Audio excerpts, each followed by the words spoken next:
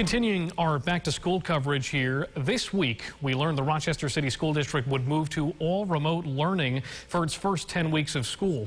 That's 2.5 months totally online, prompting calls to bridge what some call the digital divide.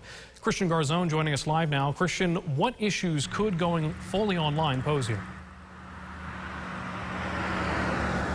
Well, Jack, we're told that thousands of students have no access to adequate internet. With school starting now online in just a few weeks, we spoke with a county legislator and an organization who gave possible solutions to that problem before September rolls around. We know that census data shows about 1 out of 3 households in the city of Rochester does not have access to the internet. County legislator Rachel Barnhart, who represents a section of the city, says the digital divide in Rochester is wide. Many cannot afford to pay the monthly rates of $50 to $65. That is very, very expensive for families who live below the poverty line. And the MiFi device is passed out already? Too slow. And when it comes to using cell phone data, Barnhart says for the demands of the classroom, that's not going to cut it. If you ever try to do anything intense on your smartphone, it's really not appropriate for schoolwork. Members of the Rochester Organization of Rank and File Educators agree. Even though electronic devices were given to students, there were too many gaps to connecting them. One member says the state funding is there to get all kids properly online. We need to come together as a community to make sure our kids have what they need to be able to do this remote learning. Barnhart says a solution could come in the form of public-private ownership of a company or government-owned run internet service.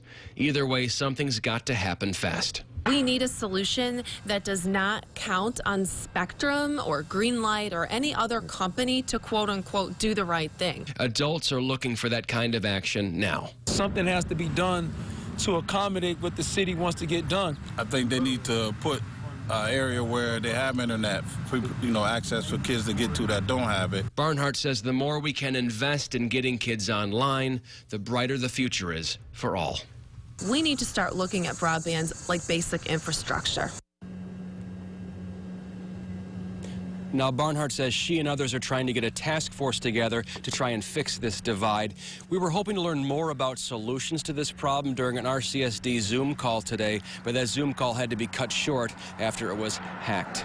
From East High, Christian Garzone, News 8. Jack, back to you in the studio. All right, Christian, thank you. On that note, today in RCSD News, the district tried holding its first parent information session via Zoom. The meeting was cut short after racist and offensive images were drawn on the slideshow being presented. Racist chat messages were also shared to the group. The RCSD releasing a statement today saying, quote, "The Rochester City School District condemns such behavior and will work to make sure the upcoming forums are different in format as to make sure this unfortunate incident does not happen again," unquote. Now, these sessions are required by New York State.